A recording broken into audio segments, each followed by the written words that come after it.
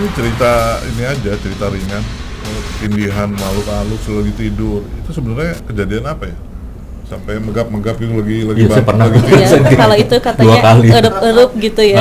Sebenarnya kayak erup-erup itu ketindihan sebenarnya bukan oleh makhluk gaib sebenarnya, tapi itu karena memang kondisi pikiran kita lagi kosong. Akhirnya ditakut-takutilah oleh yang seperti itu. Tetapi bukan berarti ditindih, karena tidak ada yang namanya ditindih oleh makhluk gaib. Karena di dalam keterangan juga sebenarnya memakai adab makhluk gaib juga. Kalau misalkan keimanan dan ketakwaan kita penuh. Tapi kalau yang kosong ya mungkin bisa diganggu karena memang akibat kecerobohannya dia sendiri gitu. Tapi sebenarnya yang terjadi pada saat tindihan itu apa sih yang terjadi itu misalnya? Sebenarnya itu karena kosong pikiran ya, karena kosong pikiran, tetapi ingat seperti ada yang nindih, padahal itu bukan yang nindih, tetapi itu dia mimpi gitu. Lagi stres kali orang itu mimpi, ya, kondisi stres lagi ya. banyak ketakutan gitu. Bisa dikatakan lagi stres atau tidak berdoa sebelum tidur. Saya waktu itu 2 kali pernah bunga tidur sih bisa dikatakan mimpi ya, bunga tidur. Stres sih Pak, lagi mau ujian ya mungkin ya karena stres ya, karena mau ujian soalnya. Mau tidak membaca doa dulu. Pikiran.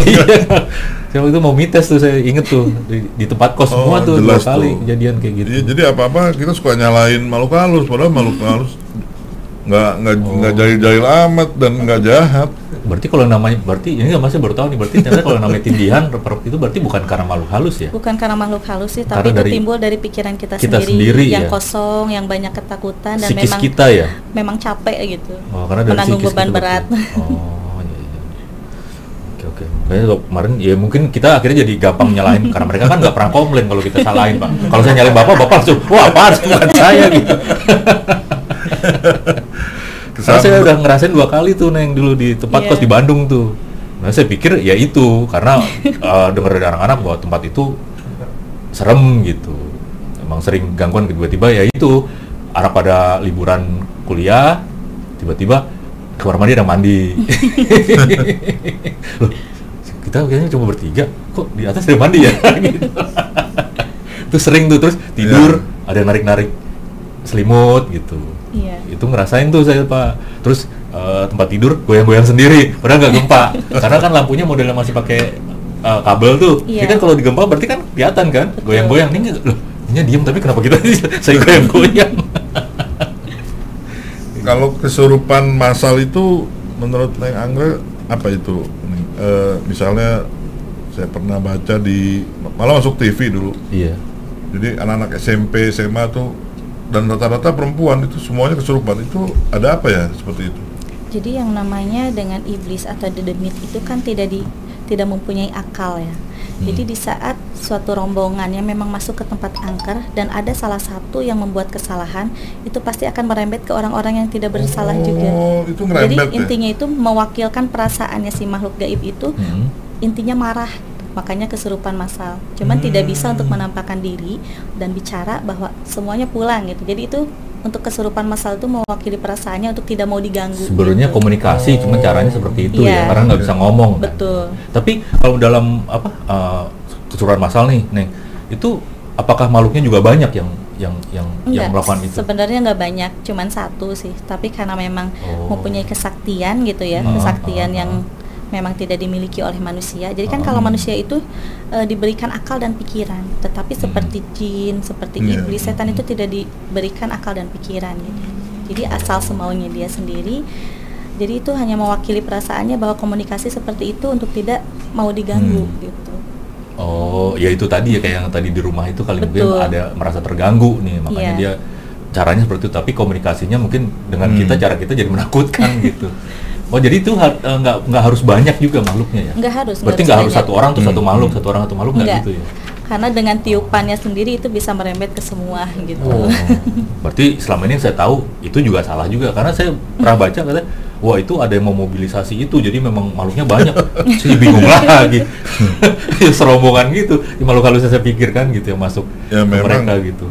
Kadang-kadang sumber cerita itu juga nggak jelas kan, jadi tapi rame di masyarakat. Rame. Kalau ketemu sama pakarnya kan enak nih, pakar spiritual seperti Neng Anggra. Kadang-kadang malah yang kayak ngomong gitu kan malah paranormal juga Pak. Ya tapi kan paranormal macam-macam. Iya sih emang, makanya jin aja macam-macam.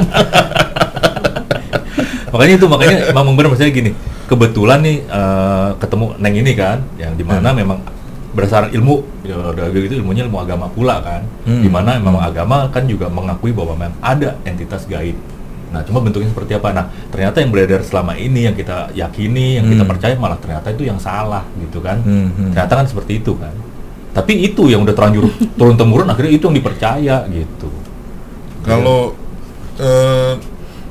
sedikit membahas ke Al-Quran, apakah benar ayat kursi itu untuk mengusir setan atau bagaimana menurut kalau padilahnya ayat kursi banyak sekali ya, di samping untuk mengusir para hantu yang mengganggu gitu ya, atau para makhluk-makhluk yang memang mengganggu manusia, ayat kursi itu juga bisa dipakai untuk kita zikrullah keseharian. Zikrullah keseharian di mana kita membacakan surat ayat kursi dengan rutin, minimal itu sehari 3, insya Allah kita akan terlindung dari mara bahaya dan akan dilancarkan dari segi pekerjaan juga rezeki. Jelas begitu ya kalau dari Al-Quran ya. Nah, terus saya nanya juga nih Neng. Maaf nih Mas Hendro, ceritain Mas Hendro dong yang pengalaman kemarin. Itu tadi yang ceritanya. Oh ya. Jadi ceritanya orang lain mulu, dia ada pengalaman pribadi nih. Iya, jadi minggu lalu saya kan syuting ini juga, podcast juga. Nah, itu pas pulang saya sih nggak ngerasain apa-apa gitu. Saya bingung nih saya kena di mana, karena kan kebetulan di kantor kami ini kan masih ada WFO nih. Jadi seminggu di rumah, seminggu di kantor kan. Nah, kebetulan minggu lalu tuh saya masih yang jatah di rumah. Jadi memang datang ke sini hanya untuk syuting podcast ini aja gitu. Nah, waktu saya datang, kebetulan saya memang parkirnya di masjid di belakang tuh, pas datang mau pas azan maghrib tuh. Nah, emang kan banyak pohonnya tuh. Nah, terus saya kesini, saya biasa sampai pulang juga nggak apa-apa. Sampai sholat Jumat besokannya juga no problem. Nah, terus kebetulan sih beli tuh saya buku buku misteri itu. Nah, terus saya nah tuh buku itu kebetulan online. Nah, baru datang habis sholat Jumat tuh baru datang tuh. Nah, terus saya baca tuh. Nah, kebetulan buku itu ada yang menampilkan isinya gambar-gambar makhluk halus gitu loh, yang menurut penelusuran mereka gitu. Nah, terus sampai ada rapalan mantra untuk manggil mereka segala gitu. Nah, itu kadang-kadang akhirnya jadi sadar nggak sadar, jadi kayak masuk ke saya. Kan saya abisin tuh baca buku itu. Nah, itu mulai malam Minggu, malam Senin, nah itu mulai nggak enak tuh. Jadi ngedenger ada suara-suara aneh lah saya saat mau tidur gitu kan. Nah, terus hari Senin saya masuk kerja, badan saya nggak enak gitu, terus berat banget di sini nih, sakit sampai belakang sini. Makin sore makin nggak enak. Tapi yang heran pada saat sholat itu nggak berasa apa-apa. Nah gitu. Udah tapi akhirnya sampai hari Rebo kemarin saya udah nggak tahan tuh. Akhirnya saya WhatsApp istri saya, tolong dong panggilin tukang urut yang biasa gitu. Udah, akhirnya saya pulang agak cepet tuh, emang pas jam 5:30 saya pulang langsung. Sampai rumah saya di tukang urutnya nggak lama datang. Nah, itu cerita, ini bapak ada yang ngikut katanya. Cewek, bener ya. Nah, kebetulan waktu itu Ki Bajar waktu itu cerita waktu yang itu kan, bahwa kalau yang dekat kita itu kunti, nah itu biasanya efek ke kitanya sedih, gelisah, kayak gitu-gitu. Pokoknya hal-hal kayak gitu dah, galau gitu loh. Nah, kemarin yang saya rasain kayak gitu, makanya terus saya ke tukang urutnya langsung nanya, Bu, ini kunti bukan? Oh, kok Bapak tahu? Ya saya baru kemarin kasih tahu sih, katanya gejalanya begitu, yang saya dirasain ke orangnya seperti itu, gini. Oh iya nih emang ada yang ikut Pak, dia bilang gitu. Nah terus udah kayak gitu. Nah udah hari ini oke, no problem, udah biasa lagi gitu. Nah cuman tukang urutnya itu bilang ke saya, pesen itu bahwa Pak kalau bisa Bapak diruqyah deh, karena nih Bapak nih kayaknya ada yang nempel di Bapak tapi kayaknya nggak bagus, dia bilang gitu. Gitu. Nah, kalau di ruqyah kan tadi sudah dijelaskan, itu tidak bisa sembarangan, ya. Dan itu nggak bisa asal ruqyah aja. Nah, menurut Mbak Anggra itu, Mas Hendro ini apakah benar ketempelan? Kalau untuk ketempelannya benar ya, karena memang Bapak di saat melakukan aktivitas hatinya kosong, tidak dibarengi dengan zikrullah. Karena di saat kita melakukan aktivitas mau bagaimanapun, asalkan jangan di kamar mandi, zikrullah itu penting untuk menjaga diri kita, membenteng diri kita dari hal-hal yang buruk atau hal-hal negatif. Contohnya Bapak kan kayak tadi udah baca-baca buku itu gitu ya Pak ya, tiba-tiba beberapa hari kemudian merasa nggak enak badan. Karena di saat kita baca itu pikiran dan hati kita kosong, jadi fokusnya ke situ gitu. Akhirnya apa yang ada di pikiran kita tentang yang ada di dalam buku itu akhirnya nempel dan ikut, dan kebetulan ada di bawah tadi sana. Oh gitu. Iya. Nah maksudnya yang pikiran kita kosong tuh kayak gimana? Karena selama ini kan ya bulan juga nenek saya dulu sering banget ngasih itu. Kamu jangan suka bengong. Iya. Kamu jangan suka ngelamun, karena nanti kalau udah ngelamun gitu nanti biasa ada yang ikut, ada yang masuk. Nah saya berusaha untuk selalu konsen tuh, jadi kalau udah ngapain saya mikir aja tuh, ada yang saya pikirin gitu, tapi kok tetap kena. Saya hampir agak sering juga tuh Neng, jadi saya tuh kalau nggak salah kalau yang kemarin itu udah 4 kali saya. Jadi antara pikiran dan hati itu sebenarnya harus penuh ya, harus penuhnya itu bukan berarti dengan pikiran atau pekerjaan yang berat, karena yang namanya pekerjaan atau beban itu pasti semua orang ada gitu ya. Tapi hati kita memang tidak boleh kosong dengan zikrullah, membacakan kalimat-kalimat thayyibah, terus membacakan lafaz-lafaz Allah. Karena kalau misalkan dengan kita memenuhi hati kita dengan zikrullah, insya Allah akan terhindar dari dedemit atau iblis atau setan yang akan mendekati diri kita, karena akan dipagari oleh cahaya putih yang memang itu nurnya Muhammad. Karena kan Allah berjanji di dalam Quran surat Muhammad, di saat orang berzikrullah menyebut namaku dan menyebut nama Rasulku, itu akan kami lindungi dan akan kami bentengi dengan nurnya Muhammad gitu. Oh, jadi dengan itu jadi bentengnya, jadi mereka nggak akan dekat kita ya? Iya, nggak akan dekat. Seandainya kita bisa melihat pun juga, itu akan berkomunikasi baik, bukan berkomunikasi yang jelek gitu. Oh iya. Nah itu jadi gimana tuh? Jadi harus kalau dalam jalan atau gitu zikrullah aja ya? Iya, zikrullah aja, bisa dengan kalimat thayyibah atau cukup Allah Muhammad juga cukup. Oh. Karena selama ini saya pikir selama saya jalan saya berpikir sesuatu nggak bengong gitu, saya pikir itu nggak kosong, saya pikir itu yang namanya. Berarti salah sama ini atau salah. Karena kan seperti di dalam sholat juga ya, itu kan di saat kita sesudah niat itu kan takbiratul ihram, terus baca surat Al-Fatihah. Di saat baca surat Al-Fatihah pun juga kita harus benar-benar fokus supaya mengosongkan hati dan pikiran kita untuk melupakan dulu beban di dalam kehidupan duniawi gitu. Bisa sih kalau itu udah. Jadi di saat Al-Fatihah itu, di saat kita baca Bismillahirrahmanirrahim, dalam hati kita tetap harus zikrullah Allah. Insya Allah itu tidak akan sampai tidak husu gitu ya. Insya Allah di situ kita akan mendapatkan ketenangan yang memang benar-benar Allah janjikan, Allah berikan gitu. Nah, cuma kalau khusyuk itu mau sini sih masih kadang-kadang masih susah saya raih. Tapi kalau untuk pada saat saya sholat ngelupain beban, iya bisa tuh dah. Mulai bisa lah. Tapi kalau untuk khusyuk, nah itu yang kadang-kadang masih banyak gangguan tuh. Karena sebenarnya sih gak usah khusyuk juga, yang penting fokus gitu ya Pak ya. Di saat baca surat-surat ayat Al-Quran, tetapi didampingi dengan hati yang membaca Allah supaya lebih lengkap lagi dan lebih diijabah doa-doa kita. Gini Neng Anggra, untuk fenomena di masyarakat aja, kembali lagi, misalnya ada satu pohon tertentu, ya sebut saja pohon beringin, itu ada isinya. Terus misalnya kita jalan keluar kota, ada satu jembatan katanya angker suruh ngelakson, itu apakah memang ada penghuninya atau bagaimana itu? Iya, karena memang Allah itu menciptakan hewan, tumbuhan, itu semuanya pasti ada penghuninya atau ada pendampingnya gitu. Seperti pohon beringin besar itu identik dengan genderuwo atau buta hijau gitu. Itu memang benar. Karena memang Allah menciptakan tumbuhan itu untuk tempat tinggalnya makhluknya yang Allah ciptakan juga. Gitu. Ya, kalau kan juga tuh apa yang saya tahu, kalau pohon pisang berarti di situ biasanya pocong gitu yang di situ. Itu benar nggak sih, Neng Anggra? Iya, kalau untuk pohon pisang itu identik dengan dedemit pocong ya, karena memang senangnya itu di belakang pohon pisang, karena bisa menyerupai. Kadang kalau pohon pocongnya itu tidak menyerupai ke orang atau tidak hadir gitu ya, tidak memperlihatkan, itu pasti dengan menggerak-gerakkan pohon pisang itu orang tuh seperti ngelihat ada pocong gitu. Iya sih, memang kadang-kadang jadi tanpa kelihatannya nggak ada angin, nggak ada apa, tiba-tiba ada daunnya juga gerak-gerak sendiri itu. Itu digerakin sama pocong itu.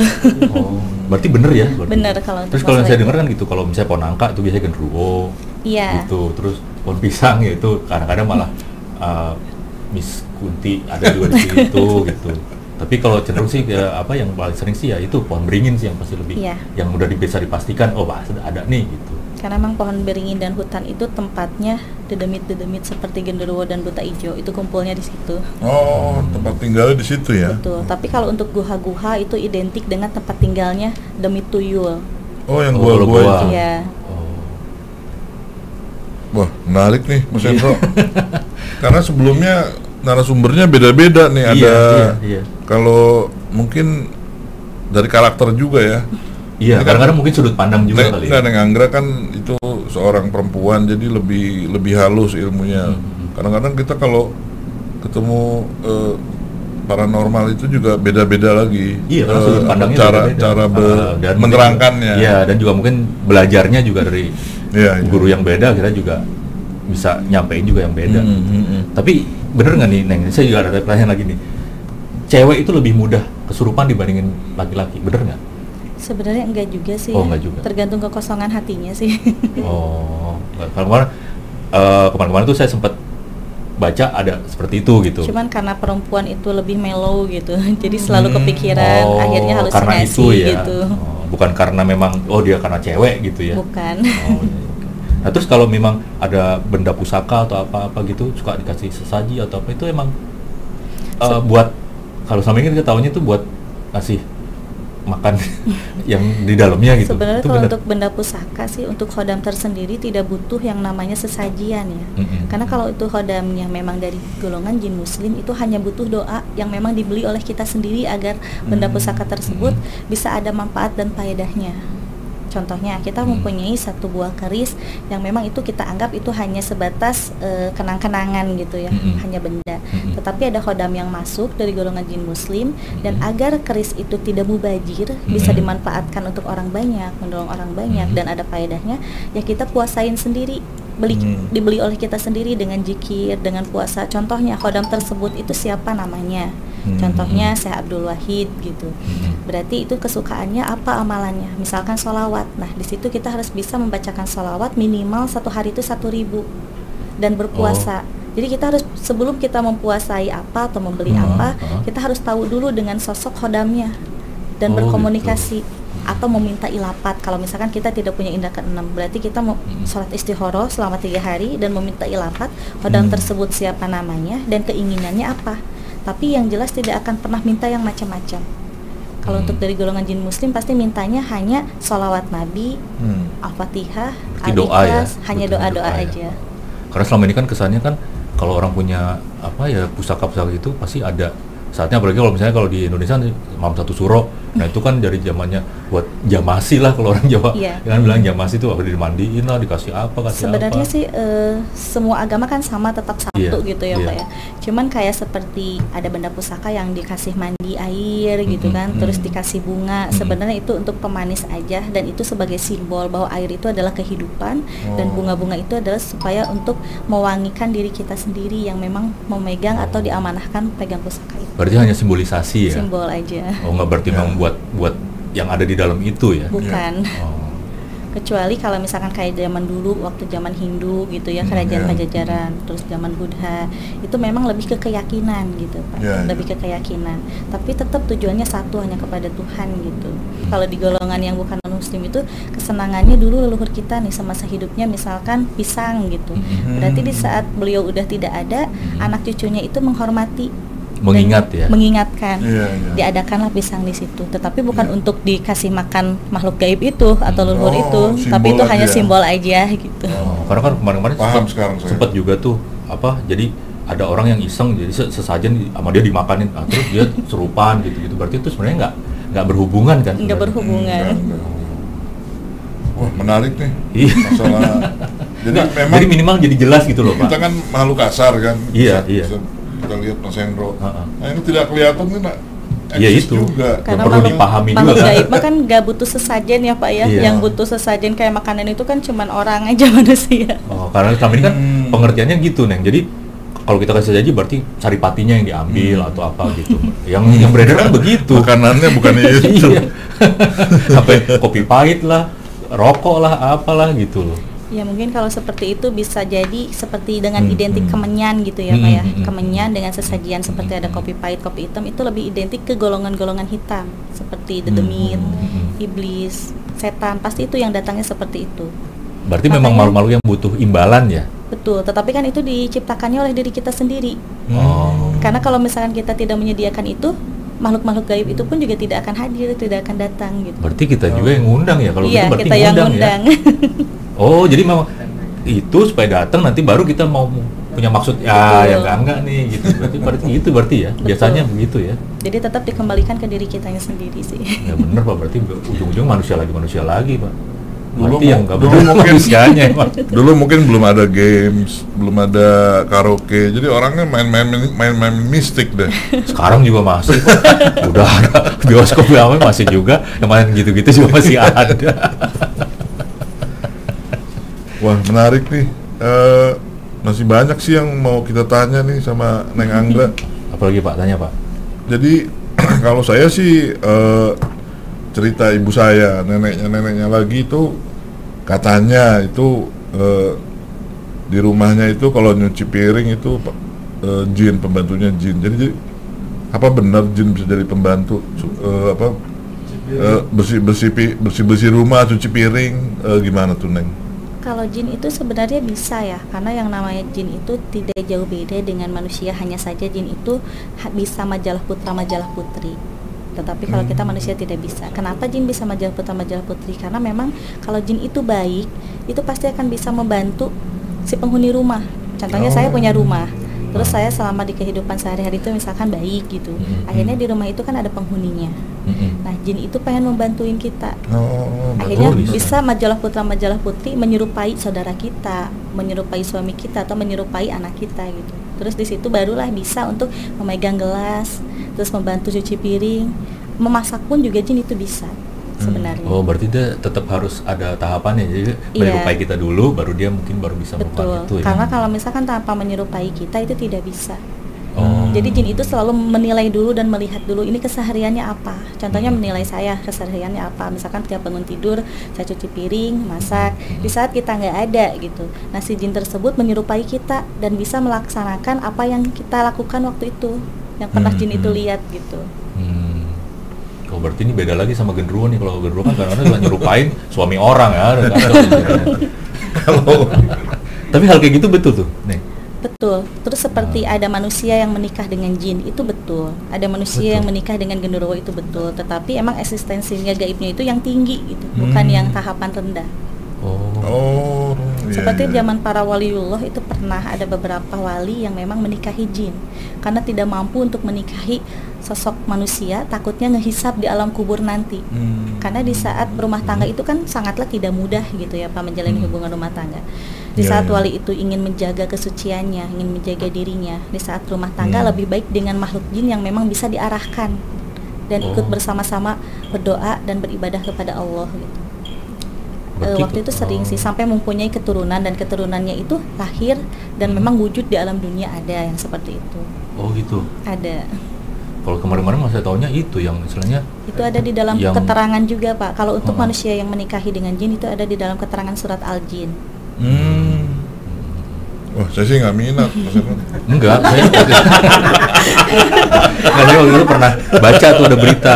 Istilahnya waktu itu apa sih namanya, Tebo ya. Jadi katanya tuh anaknya genderuwo. Nah itu yang kadang-kadang ibunya itu yang kadang-kadang suka gak ada genderuwo nyumpahin suaminya. Nah itu akhirnya anaknya itu mungkin nggak kayak gitu. Dulu ada sih maksudnya salah seorang wali gitu, salah seorang wali yang menikahi genderuwo dan genderuwo itu diislamkan. Setelah diislamkan, hamil, melahirkan anaknya untuk hidup di alam dunia, membantu ayahnya, dan si genderuwo itu sendiri sirna dengan sendirinya. Oh gitu. Wah, biar ajaib lagi. Berarti kalau cerita bahwa kayak raja-raja Jogja atau Mataram dia nikah secara batiniah sama zaman dulu lah, Ratu Kidul gitu, berarti secara teori bener ya? Kalau dengan jin itu benar, tapi kalau dengan Ibu Ratu Kidul kayaknya salah besar ya. Karena Ibu Ratu Kidul itu kan dulunya juga sosok manusia yang memang putri. Yang dulu itu putrinya dari Prabu Siliwangi gitu. Nah, jadi Prabu Siliwangi dulu pernah menikah dengan jin, sosok jin Islam yang bernama Ibu Ratu Dewi Naga Selatan. Beliau mempunyai 3 anak atau 3 putri, yaitu yang ke-1 Nyai Blorong, yang kedua Nyimas Dewi Ningrum, dan yang ketiga Ibu Ratu Roro Kidul. Nah, Ibu Ratu Roro Kidul di saat Ibu Dewi Naga Selatan sirna, menikahlah Prabu Siliwangi dengan Nyimas Subang Larang. Nah, di situ banyak sekali hinaan, cacian, dan juga makian kepada anak-anaknya dari Ibu Ratu Dewi Naga Selatan. Yang 3 ini. Iya, tetapi yang lebih menderitanya lagi itu Ibu Ratu Roro Kidul. Akhirnya Ibu Ratu Roro Kidul menderita penyakit kulit lah, singkat cerita gitu, karena sama orang istana itu diusir. Akhirnya dia menelusuri hutan-hutan, akhirnya sampai di pesisiran pantai, bertemulah dengan sosok Nabi Khidir alaihissalam. Oh, Nabi Khidir ya. Digurui lah sampai akhirnya berhasil dan mendapatkan gelar Sayyidah. Jadi sebenarnya untuk Ibu Ratu Roro Kidul banyak yang salah persepsi ya. Bilang katanya Ibu Ratu Roro Kidul itu jin, jahat atau bagaimana gitu kan. Setiap ada yang pakai baju hijau di pantai itu selalu dibawa. Sebenarnya tidak seperti itu. Ibu Ratu Roro Kidul itu sosok Sayyidah yang memang menjaga hartanya Nabi Sulaiman alaihissalam di dasar lautan. Karena di pantai-pantai itu kan banyak ratu-ratu itu, seperti di alam dunia banyak sekali presidennya. Oh iya gitu, iya. Ya luas, lautan paling luas. Betul. Dari daratan. Oh gitu ceritanya. Karena kan kalau yang saya googling lagi kekuatannya. Saya selalu hanya googling aja. Tapi banyak versi juga. Jadi versinya tuh gitu. Jadi bahwa kerajaannya itu halamannya di Karanghawu, itu terus kerajaannya ada di daerah Parangkusumo tuh. Nah, terus halaman belakangnya tuh sampai Belambangan Bali sana katanya gitu. Nah, tuh Nyi Roro Kidul tuh dulu pada saat ini ceritanya sih ya nggak tahu bener apa enggaknya. Jadi pada saat dulu Panembahan Senopati ini sebagai raja Mataram yang pertama, karena dia pada saat pengen buka hutan itu banyak gangguan dari makhluk halus. Nah, dia bertapalah tuh di Pantai Parangkusumo gitu. Nah, terus karena dia emang niatnya kuat, dikasih ujian dari kerajaan Pantai Selatan itu, dia ternyata tetap kokoh. Nah, datanglah ini melihat Roro Kidulnya ini untuk melihat Ratu Kidulnya untuk melihat siapa sih kok ini kuat banget nih, nah gitu. Tapi pada saat dia ngelihat, dari mana cerita ini? Saya lihat di vlog di YouTube. Nah itu akhirnya malah akhirnya Ratu Kidulnya ini kesengsem nih sama Panembahan Senopati, tapi akhirnya nikahnya secara batin. Secara gaib. Tapi dia juga butuh pertolongan dari Roro Kidul ini untuk bantu membuka hutan itu. Katanya begitu ya? Iya, itu ceritanya. Jadi pada dasarnya sih Ibu Ratu Roro Kidul itu tidak pernah menikah karena menjaga kesuciannya. Makanya disebutkan dengan gelar Sayyidah Siti Al-Mu'amalah itu untuk menjaga hartanya Nabi Sulaiman alaihissalam yang memang ditugaskan oleh Nabi Khidir alaihissalam. Tetapi seperti yang Ibu Ratu Roro Kidul itu banyaknya itu karena memang pasukan-pasukan dari Nabi Sulaiman alaihissalam itu kebanyakannya kan para jin. Para jin, seperti di kerajaan Jin Asba itu, di kerajaan Jin Asba itu semua penghuninya itu jinnya perempuan. Nah, perempuan itulah yang selalu ditugaskan untuk menjadi dayangnya Ibu Ratu Roro Kidul. Jadi yang suka menyerupai Ibu Ratu Roro Kidul atau menghampiri manusia itu adalah dayang-dayangnya Ibu Ratu yang memang ditugaskan di semua wilayah lautan. Oh, nah makanya itu akhirnya ada kepercayaan lampor itu adalah pasukannya dari Pantai Selatan itu ke kerajaan di Gunung Merapi. Nah, itu lewatnya pantai Sungai Opak tuh. Nah, itu yang bilang orang lampor tuh. Nah, kalau di Jogja tuh ada kepercayaan kalau udah ada suara gemerincing di kali itu pada tutup pintu, Pak. Kentongan tutup, karena itu biasanya nanti kalau dia berhenti itu nanti akan ada wabah gede gitu. Nah, penyakit atau apa. Nah, itu banyak orang biasanya pada jadi meninggal gitu, pada mati gara-gara wabah itu. Itu kepercayaan mereka sih. Mas Hendro, ini ngobrol soal gaib-gaib, makhluk halus, makhluk jin, apa nggak cukup nih, bisa 3 jam, 4 jam. Iya, enggak, belum, makanya saya jadi banyak pengen konfirmasi jadinya. Apalagi pakarnya luar biasa. Makanya kebetulan karena bulan Anggra ini kan, ya tadi saya bilang berdasarkan ilmu ya, dan ilmunya ya agama pula kan, berarti emang udah bisa dibilang mutlak jatuhnya kan. Ya. Makanya akhirnya jadi saya banyak konfirmasi apa yang saya tahu gitu. Tapi ternyata emang apa yang saya tahu ternyata juga ya banyak ya nggak benernya juga gitu, ternyata banyak salahnya juga gitu. Tapi sayang sekali waktu sudah habis nih Mas Hendro. Silahkan tutup. Waduh. Terima kasih nih. Ya, sama-sama. Neng Anggra luar biasa. Nah, kapan-kapan jadi tamu kita lagi ya. Insya Allah. Kayaknya ini masih ada terusannya lagi. Ada jilid 2-nya. Oke, kalau gitu karena waktu juga kita harus undur diri. Kita juga mau ngingetin lagi nih untuk pemirsa untuk terus update tentang channel seru. Live-nya bisa dilihat tiap Selasa sampai Jumat jam 12 siang, 2 siang, dan 4 sore di channel YouTube Trans Vision Official. Jangan lupa subscribe, komen, dan like, dan juga aktifin tombol lonceng untuk selalu tahu semua updatean channel seru. Karena nggak cuma ngobras, ada updatean seru lainnya. Nah, untuk pengguna Transvision bisa dilihat di channel 333 dan juga bisa didengerin di Spotify-nya Transvision. Oke, kalau gitu wassalamualaikum warahmatullahi wabarakatuh. Kami pamit. Nah, sampai di sini aja. Terima kasih semuanya. Terima kasih. Sama-sama. Assalamualaikum.